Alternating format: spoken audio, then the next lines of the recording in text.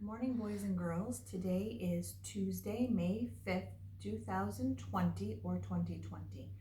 It is also a day called Cinco de Mayo, and that is a Mexican holiday, and it's a celebration of freedom. And I'm going to read you a story about Cinco de Mayo.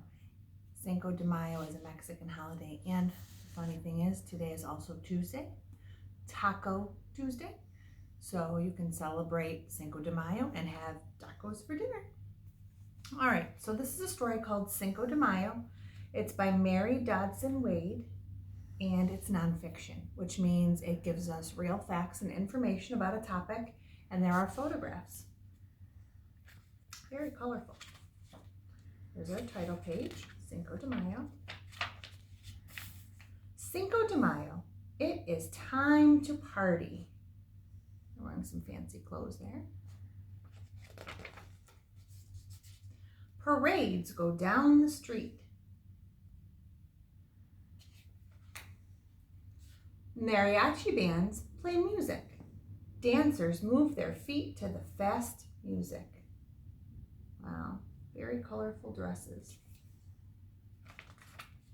Cinco de Mayo means the 5th of May. It celebrates something that happened in Mexico long ago. It was 1861. The country of Mexico was free, but it had many problems. Mexico had spent years fighting many wars. It owed a lot of money to other countries. Many of the Mexican people were poor. Benito Juarez was president of Mexico. He wanted to help his people. He stopped paying back money to the other countries. He wanted to keep the money in his country so he could help the people that were poor. The ruler of France wanted his money. He also wanted to take over Mexico, so he sent soldiers there. The soldiers from France marched across Mexico. General Zaragoza waited for the soldiers at the city of Puebla. He thought his men could not win the battle.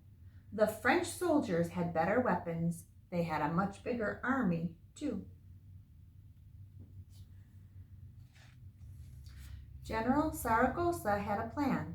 On May 5th, 1862, he put his men on 2 hills outside the city. The French tried to go up the hills, but the Mexican soldiers fought them off. Here it says the people act out the Battle of Puebla each year. Then a rainstorm came, and the French soldiers slipped in the mud. They could not get up the hills. The Mexicans won the battle. The battle showed that Mexicans would fight hard to keep other countries from taking over Mexico. President Juarez was proud of the soldiers. He made Cinco de Mayo a holiday. Today, people in Mexico and in the United States celebrate Cinco de Mayo. And there's the Mexican flag and the American flag. Our colors are red, white, and blue. The Mexican flag is red, green, and white. So to celebrate, girls wear white blouses and red and green ruffled skirts. These are the colors of Mexico's flag. Boys wear white shirts and red sashes.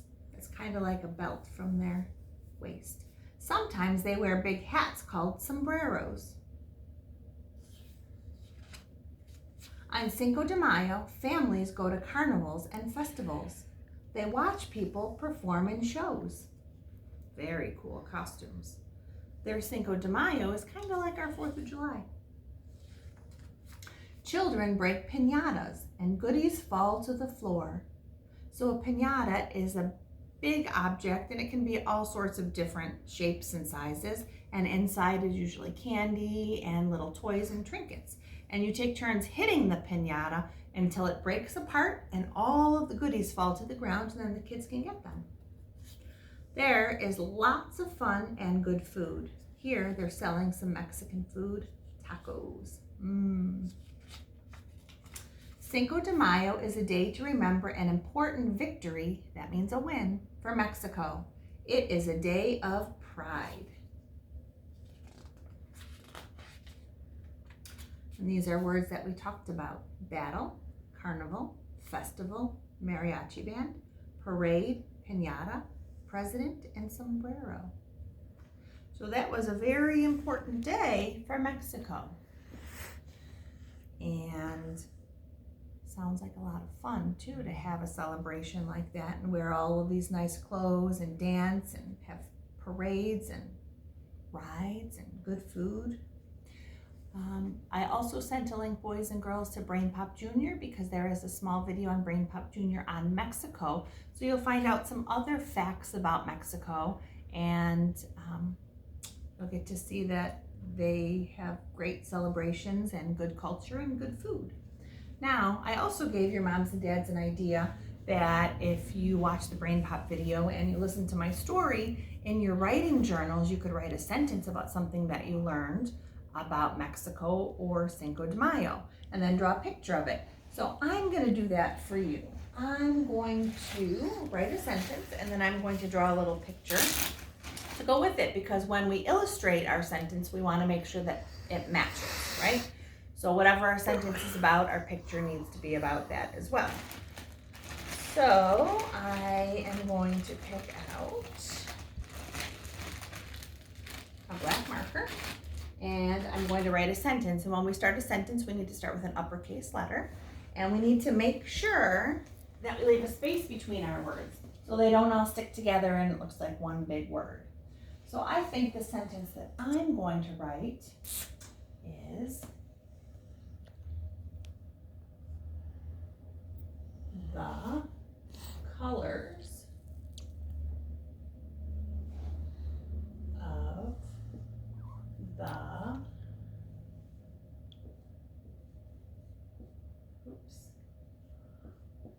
Mexican flag are green, white, and red.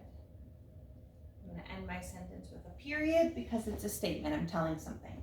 So, the colors of the Mexican flag are green, white, and red. Now I'm going to draw a picture of the Mexican flag. There's my flagpole. And then there is going to be my flag. And there were three spaces. And the first space, I'm going to look back in my book just to make sure that I get this right. Yeah, green comes first. So I would color this in all green. It's easier to do with crayons, right? And it looks nicer too. So I have green. The middle part is white, so I'm not going to color that. And then the last part is red. Okay, so I have green, white, and red. And those are the colors of the Mexican flag. And there was a picture on the middle, and it looks like a bird, okay, and a snake with it, actually. Kind of hard for you to see. There's a bird and a snake.